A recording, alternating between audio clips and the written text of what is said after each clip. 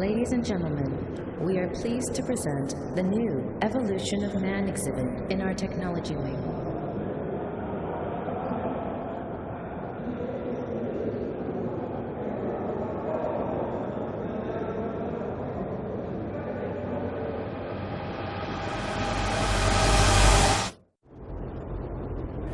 It seems the PlayStation Underground is changing their logo, which I think it still looks good. So, pretty cool PlayStation.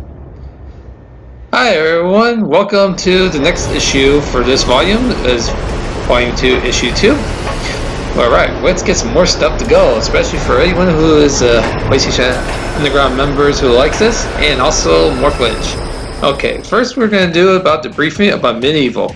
These will tell you how they create the game, and let's see what they say.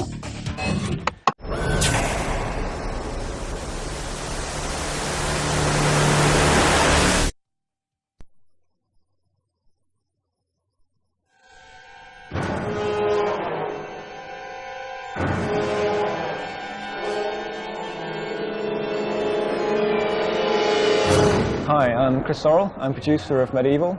I've also been involved in the design from the start and quite a bit of the programming as well. The game is an action-adventure. It was inspired by the classic arcade game Ghouls and Ghosts. My name's Jason Wilson and I'm the lead artist and co-designer along with Chris Sorrell on Medieval. Throughout the game you're playing a skeletal knight called Sedan Fortescue. He has been risen from the dead by the sorcerer named Zarok, and throughout the game you're pursuing the sorcerer to try and stop him from completely taking over this weird medieval landscape called Gallowmere. The look of the game is quite unique. You know, a lot of games are based around map editor constructed landscapes, kind of fairly rigid, block-like look to it. This is something that we don't have in Medieval. We have curves and skewed geometry all over the place, and buildings at funny angles. The game also has quite a strong sort of RPG theme, the requirement for you to use particular weapons to learn particular strategies, achieving 20 different levels and tackling probably about 50 different characters along the way. And when he was alive, he was the champion of the king of the land and died valiantly in battle. He's quite a goofy looking character, I suppose. The aim with him was to give him a kind of goofy, quirky sort of a look, but at the same time for him to also appear to be the valiant and brave character that he actually is. A lot of people said to us, why do we want to have a skeleton as the main hero instead of some sort of huge muscle guy with a big gun or Lara Croft or whatever. But we thought it'd be kind of like silly and different, and we both like the film Nightmare Before Christmas and other sort of silly sort of horror type stuff. So we set out to do a skeleton and lots of silly things a skeleton would fight. He's got quite a lot of attack moves, and in these I think he looks quite powerful in that, but at the same time he's got huge floppy feet which make him look a bit sort of clumsy as he runs around. That we're not trying to do a character that's Conan the Barbarian or something. He is a bit alternative. He's a sort of an accidental hero, really. But I think it's more for people who are grown up who still think they're kids.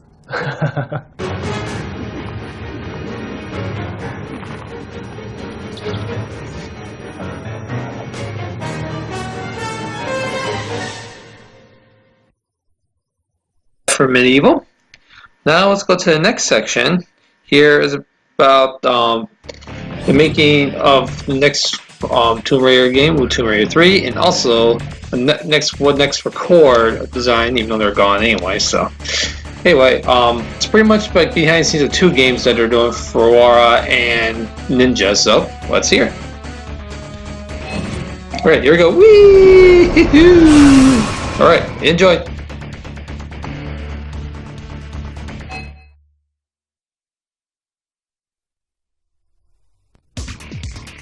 If you had fun playing Tomb Raider, you're not alone. 6 million copies of Tomb Raider 1 and 2 have been sold worldwide. We've come to the place that brought Lara Croft to life, Core Design in Derby, England.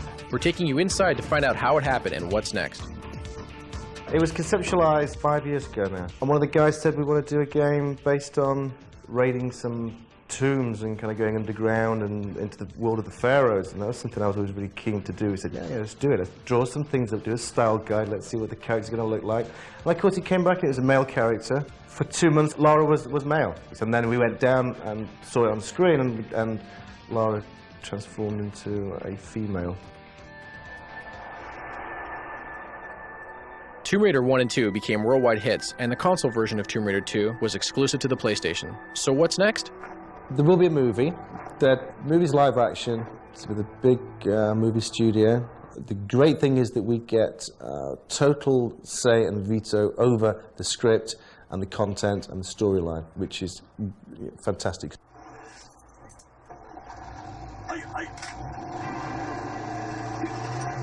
Lara herself will have another game out for Christmas '98. There has been some muted discussion about maybe a sidekick for Lara. Maybe a girl, maybe a boy. There is some discussion, but I'd hate to blow it before it's finalised. It'd be good though, wouldn't it? I think it'd be pretty neat. What will be in Tomb Raider 3? Core is giving PlayStation Underground subscribers a first look at some footage. One of the main differences is we're going to give Lara a lot more moves, new vehicles. We've overhauled the 3D engine to make everything faster and in high res. This level is going to be based around London, where you'll start off on the rooftops and then you have to venture down into the sewers and the disused tube train lines that are being closed off. Your ultimate aim of this adventure is to break into a corporate building and steal back an artifact that has been taken from a museum. Lara's been hired to go and find it. We're drawing quite a lot more than what Tomb Raider 2 could, so we can get big expanses of open area, build quite detailed backgrounds. This is Darren. He's going to be doing the main animations for Lara on Tomb Raider 3. At the moment he's working on various new moves for Lara, like crawls. We're trying to give her a knife so she can actually stab things. She's going to use the knife to try and prise certain secret items out from the rock. And as you can see, she grabs the dagger out. It'll be concealed in her leg. Tomb Raider 3 is being built with some interesting custom tools. Here are two of them. This is the animation editor. It allows us to do all the characters in the game. And here you can see a wireframe form. In the first game, she was made up of around about 350 polygons. And in the second game, we upped her to about 540, just to add more detail and more curves. Actually select and draw small tiles, small textures, and we pick them up and place them on all the polygons to build up Lara's look. A second tool creates game levels. Here we're watching level designer Heather Gibson build a room with a series of mouse clicks. And then if you look along this side of the editor, I've got a selection of textures that I can use on this map. We can then go on to apply the textures to these areas. So it's just a matter of popping textures onto the faces that are displayed within the room editor. We can apply a light to the room, change the ambience of that room, change the range and the strength of the light to get that nice moody atmosphere that we've got on most of the levels. And I can actually have a look at this room now if I go into preview and fly around and see how it looks. And also we can trigger all the baddies within this system. So that means that when we place our dogs or cult members within this particular map, I can say that I wanted that dog to attack Lara at a specific point. So I can select the dog and trigger it so that when Lara crosses this trigger point here, the dog becomes activated. It allows the player to run across the trigger and run back into a different area of the map and have the sense that something different's happening, because the baddies are still coming through, but they might come through it from a different area. So it always gives you the feeling that they're actually quite clever, that they're working out how to get to you. As we left, team member Peter Barnard revealed one last thing. Did you ever wonder what Lara looked like without her clothes on? I bet you wish you hadn't bothered.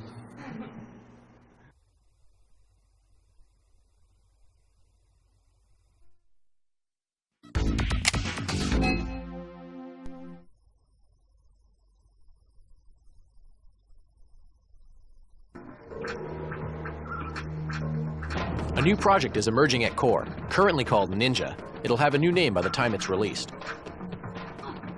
My name's Joby. I'm working on the game Ninja. It involves a ninja running around the landscapes, fighting various sort of mythological beasts. There's about 50 different baddies, ranging from like goblins to humanoid-type characters. There's 6 different sorts of weapons. A sword, sai. Originally, when we started, it was all meant to be based on Japanese sort of myths and legends. There's lots of magic. Sort of you can power up your weapons, and it's about 4 levels of power. We've taken sort of basic elements from my favourite games and stuck them all together. Shinobi, Ghosts and Goblins, sort of classic arcade games. The main objective is to get through the level and then get to the boss and then defeat the boss. Along the way, there'll be sort of various different traps and pitfalls that block your path. So there'll be a lot of baddies in the levels. So by the time you got to the end of the level, I imagine you'd have sort of maybe got through about 100 or 150 baddies. 10 different bosses, 1 on each level.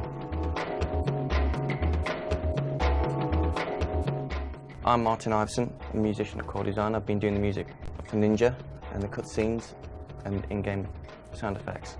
Basically, this is where you meet the dragon.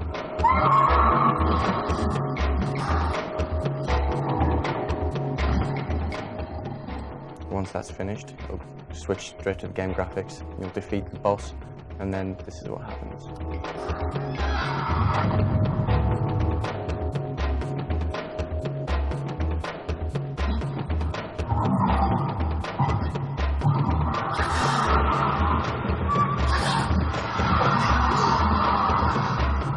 Ninja, by another name, should be dropping into stores this fall. Watch your back.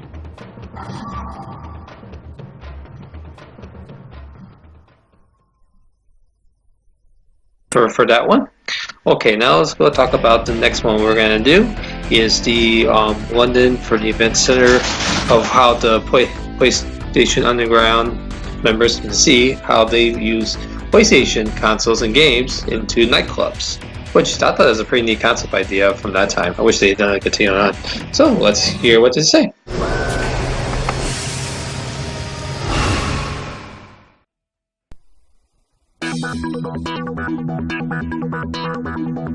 We found out there's something different at nightclubs in London. It was so cool, we're taking you for a look. London's top clubs have more than great music. They have PlayStation. Together, they make for a great night out. It's the coolest club where you can play PlayStation and have a good time, listen to some good music as well. Everybody knows that it's just a bit of fun at the end of the day. The girls love the PlayStation, man, yeah. Oh yeah. I think once you actually get the females on them, you know, it's harder to get them to go on there, but once they're on there, then yeah, you can't get them off.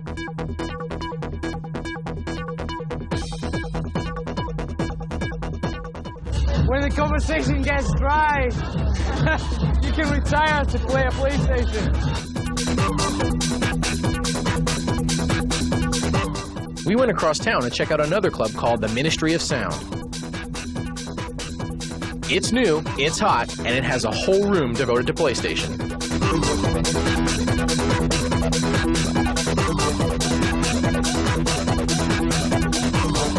Video games fit right in with the club's smoke and light show.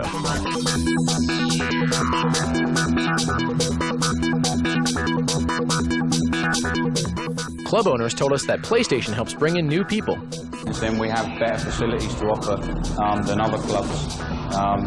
You know, it just gives them more value for money, being able to play on the PlayStations and see new games that aren't out in the shops and stuff like that, really.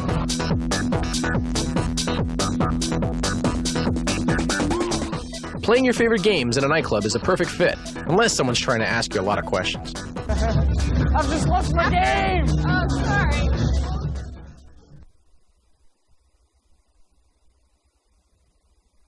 That's it for that one.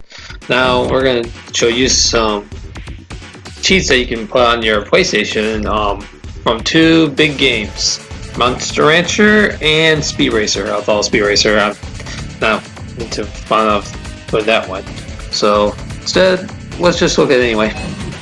So Monster Rancher, you get like 3 cheats and 1 cheat thing for your memory card for that. It explains about your saves, the power-ups and stuff like that for creatures that you get, so you don't have to fight for hours in order to get them, so which is pretty cool. Makes it much easier for anyone who has to play that for a long time for that one. So anyway, and also Speed Racer, you get the access to all those cars. So that's pretty much it for that one. So anyway, so next one will be research and development, which will be talking about Project Wormhole, that you develop the game with them and give you suggestions, which you don't do that anyway because it's all over. And also NetUSA, which they demonstrate about the awards for the ones they go through, plus you try out the games as well. So let's hear it.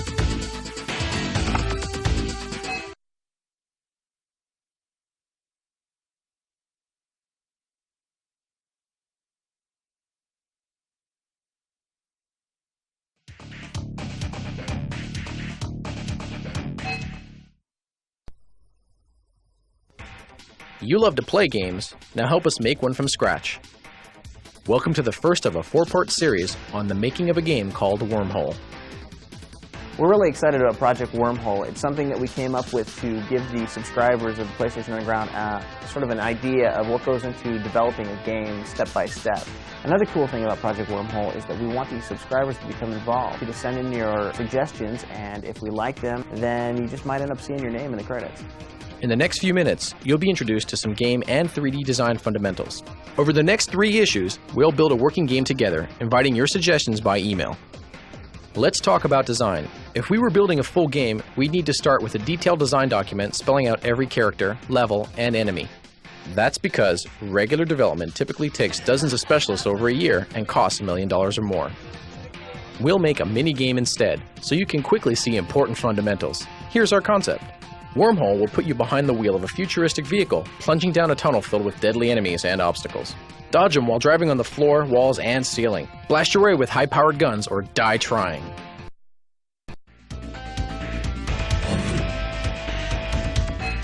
Let's take a look at how to start building our game in 3D.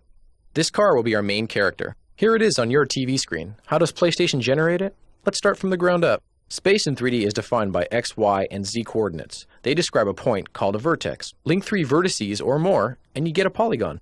The most basic polygon goes by the highly technical name, triangle. Almost any object in a game is made up of hundreds or even thousands of polygons. They're the building blocks of 3D.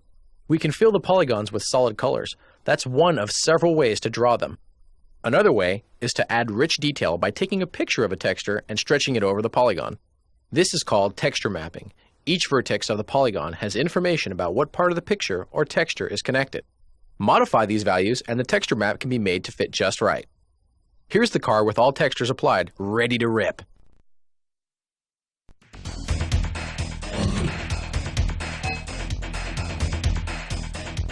Here about like how you can change the colors, models, and stuff like that, which is pretty cool to show that the exclusive members can see what it looks like for making developing the game. Okay, I'm going to end this commentary for now, and I'll be back to part 2 after the NetUSA thing. So, anyway, thank you for watching, and stay tuned for part 2. Next issue, we'll tweak the car. What colors and textures should it have? What kind of weapons? Send us suggestions on any aspect of Wormhole. You can be a part of a discussion of Wormhole at www.playstation.com. And if you send us comments we like, your name just might end up in the game's credits.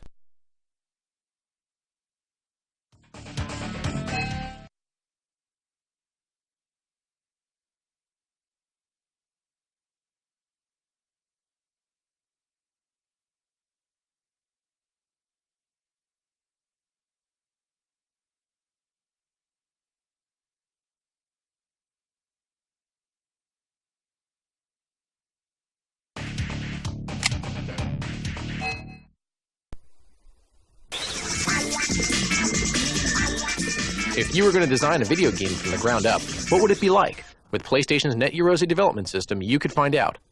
NetUSA lets you create games on a PC, then play them on a PlayStation. It's helping development talent emerge worldwide. In Japan, a NetUSA competition brought out 50 entries, and a panel of 5 judges were blown away by their quality and originality. The grand prize, a Sony Vaio notebook computer, went to an entry called Little Wing. In the game, you get a paper airplane from a professor who teaches you how to adjust it and master throwing techniques. Then you square off against a series of opponents. Judges commented on the